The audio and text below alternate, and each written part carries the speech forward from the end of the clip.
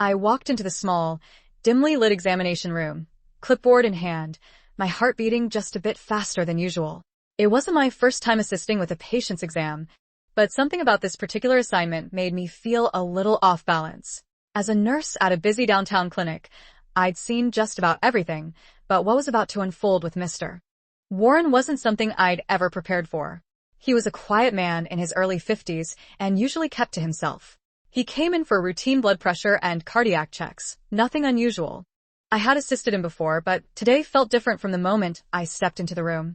He was already on the bed, sitting up, his posture stiff and uncertain. His eyes darted around the room, and he shifted uncomfortably under the paper-thin hospital gown. "Good afternoon, Mr. Warren," I said gently, offering a soft smile as I walked in. "You doing all right today?" He nodded quickly, but I could see the unease behind his eyes. Something wasn't right. "I'll just help you get settled for the exam," I said, stepping closer to adjust the monitoring equipment and straighten his gown. But as I moved, I noticed something unexpected through the thin fabric.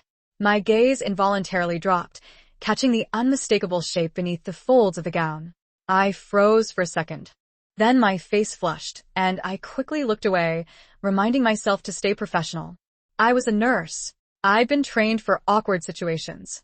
Things like this happen sometimes. It was just anatomy. Still, the way it presented itself, so sudden and without warning, shook me more than I expected. "Let's go ahead and get you positioned for the doctor," I said, clearing my throat and reaching again to adjust the sheet. But as I moved, he shifted again, too quickly this time. The edge of the gown slid off completely. Everything was exposed. I gasped, instinctively turning my head, trying to recover my composure. My mind raced with 1,000 thoughts. Do I address it? Leave the room? Pretend nothing happened? Before I could decide, the door creaked open behind me.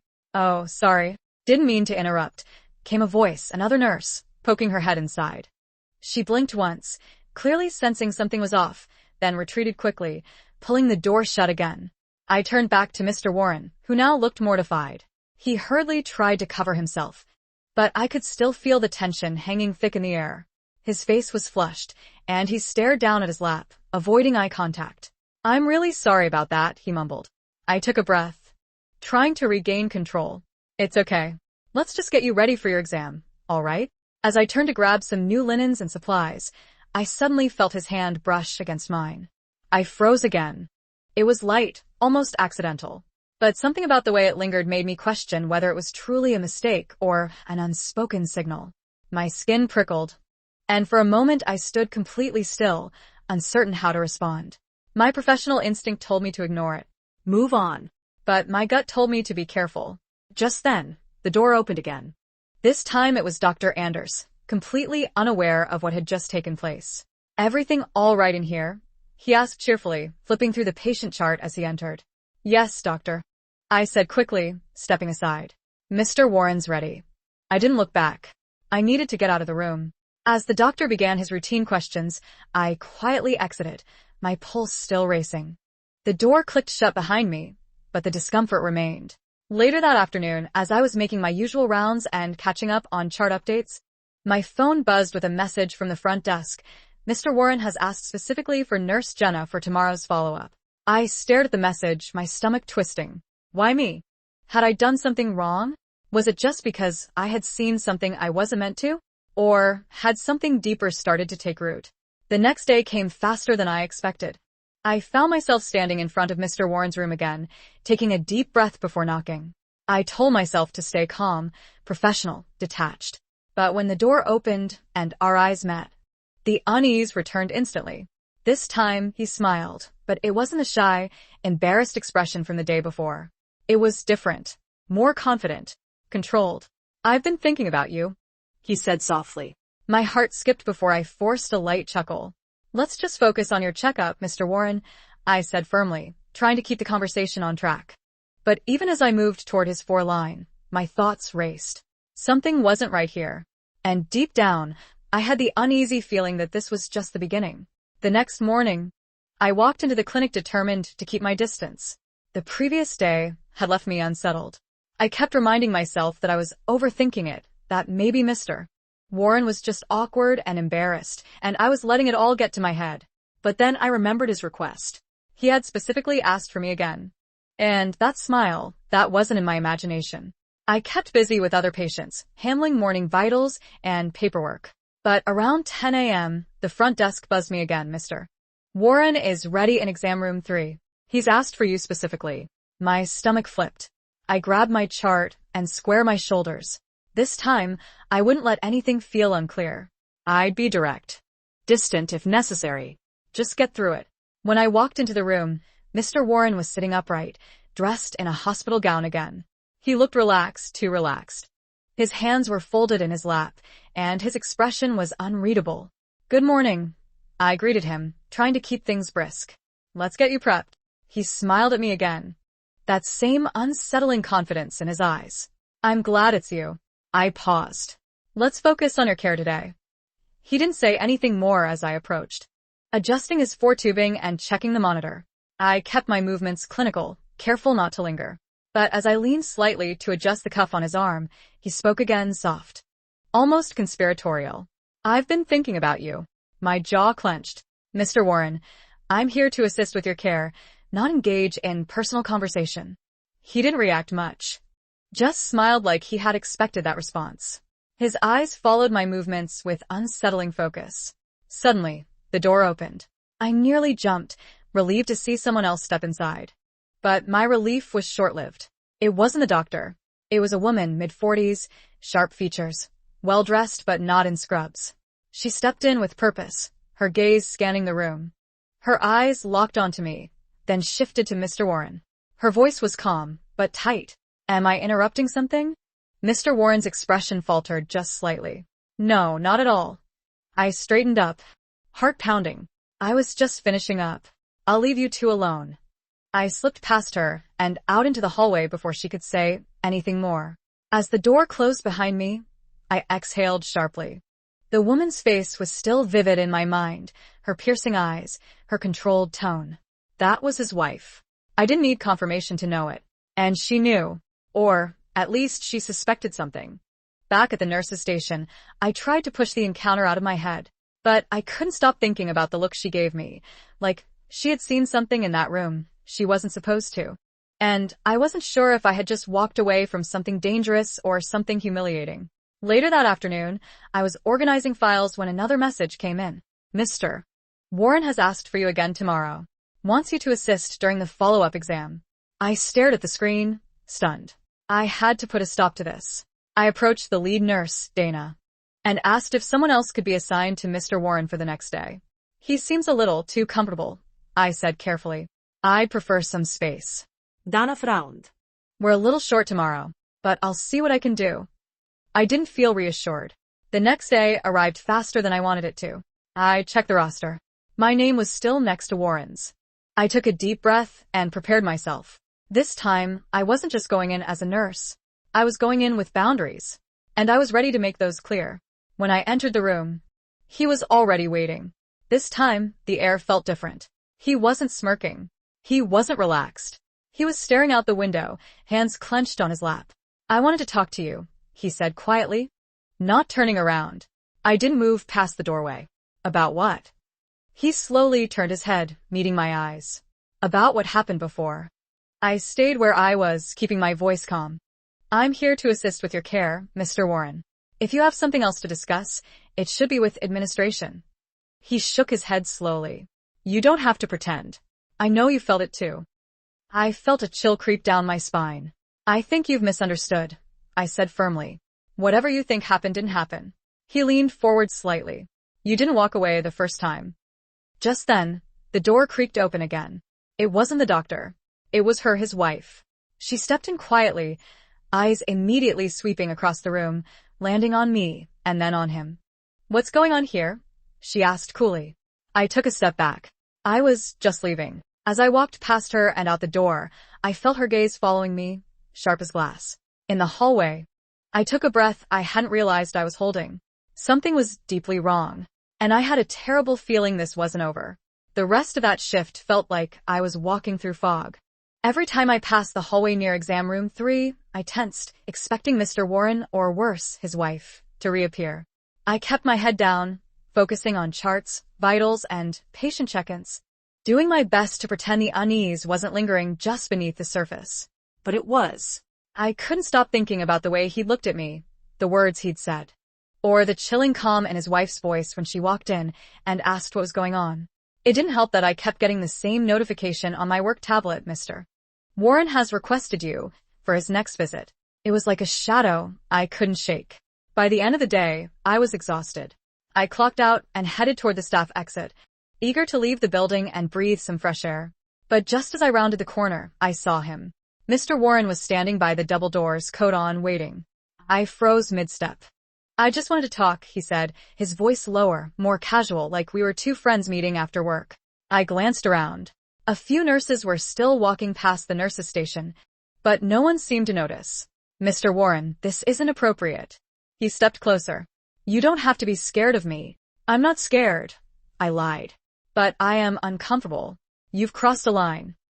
Before I could turn to leave, a voice called out from behind me. Jenna. It was Mark, one of the junior staff from radiology. He was waving, smiling. I turned back toward him instinctively, grateful for the distraction.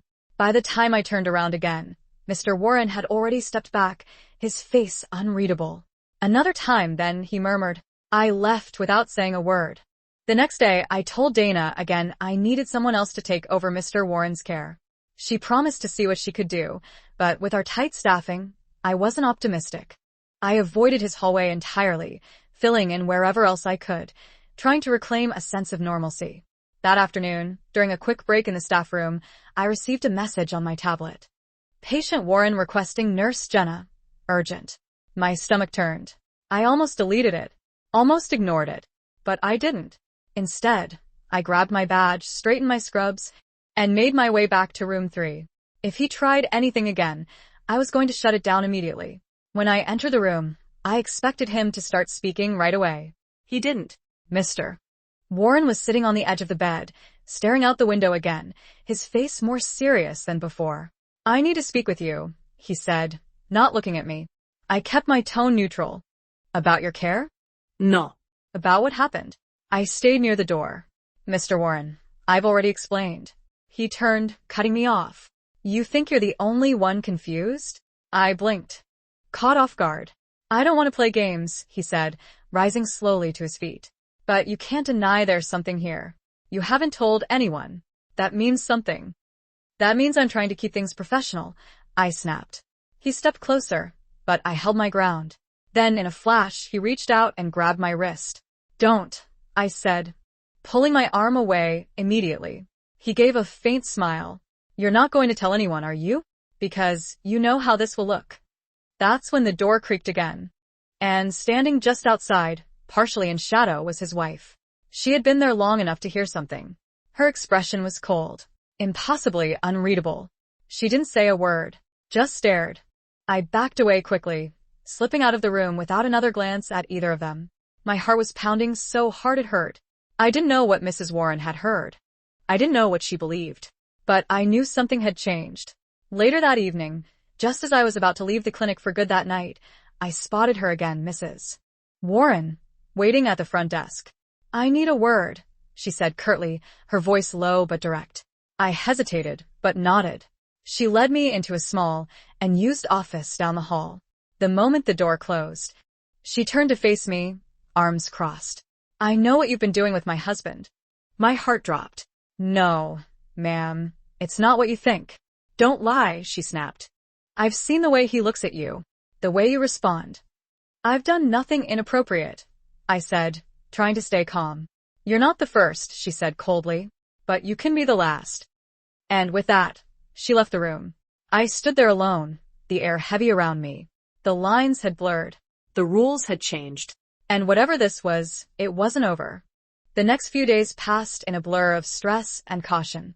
I stuck to the far wings of the clinic, avoiding exam room 3 entirely. I even changed my break schedule just to keep my distance from both Mr. Warren and his wife. But the weight of what had happened never left me. Her warning echoed in my mind like a ticking clock. Still, nothing prepared me for what came next. It was late in the evening, and most of the staff had already left. I was finishing up paperwork by the nurse's station when I noticed Mr. Warren standing near the end of the hall. Alone. Waiting. My breath caught. He wasn't supposed to be there anymore. His checkups were over. So, why was he lingering? I stood up, ready to leave through the back exit. But as I turned the corner, he stepped forward. Jenna, he said, his voice low, almost tired. I need to talk. I think we've said enough, I replied quickly, trying to move past him. But he blocked my path gently, not aggressively, just enough to force me to listen. She talked to you, didn't she? He asked. I nodded, keeping my posture straight. Yes, she did. And I think it's best that we stop whatever this is before it becomes something worse. But instead of stepping back, he smiled, slow, unsettling. She doesn't know the half of it. That's when I felt it again, that tension, that danger. Before I could react, he reached out and grabbed my wrist. Let go of me. I snapped, yanking myself free. This is harassment. You're not going to report me, he said calmly, because you know how this will play out. Your word against mine.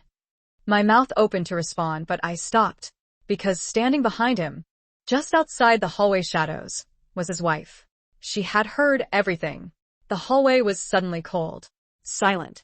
Mr. Warren froze, realizing what I was seeing over his shoulder. He turned slowly. Mrs. Warren stood with her arms folded, her face blank. But her eyes, they were sharp, calculating. Is everything okay here? She asked, her voice far too calm. I stepped back instinctively. I was just leaving. I made it past both of them without another word and rushed toward the exit, but my heart wouldn't stop pounding. Had she heard enough to confront him? Would she confront me again? I didn't want to find out. I thought that would be the end of it. But as I reached for the door to leave the clinic, I felt a hand on my shoulder. I turned, ready to react. It was her, Mrs. Warren. Wait, she said softly. I stared at her, unsure whether to run or listen. But something about her tone made me freeze. We need to talk, she added, gesturing toward an empty consultation room nearby. I followed her, reluctantly. Once inside, she closed the door and turned to face me, her expression unreadable. I've seen how he looks at you, she said. I know what he's capable of. My mouth went dry. Then why? I'm not here to threaten you, she said firmly. I'm here to help you. What? I'm not the woman you think I am, she continued. Tom, my husband, has a dark side.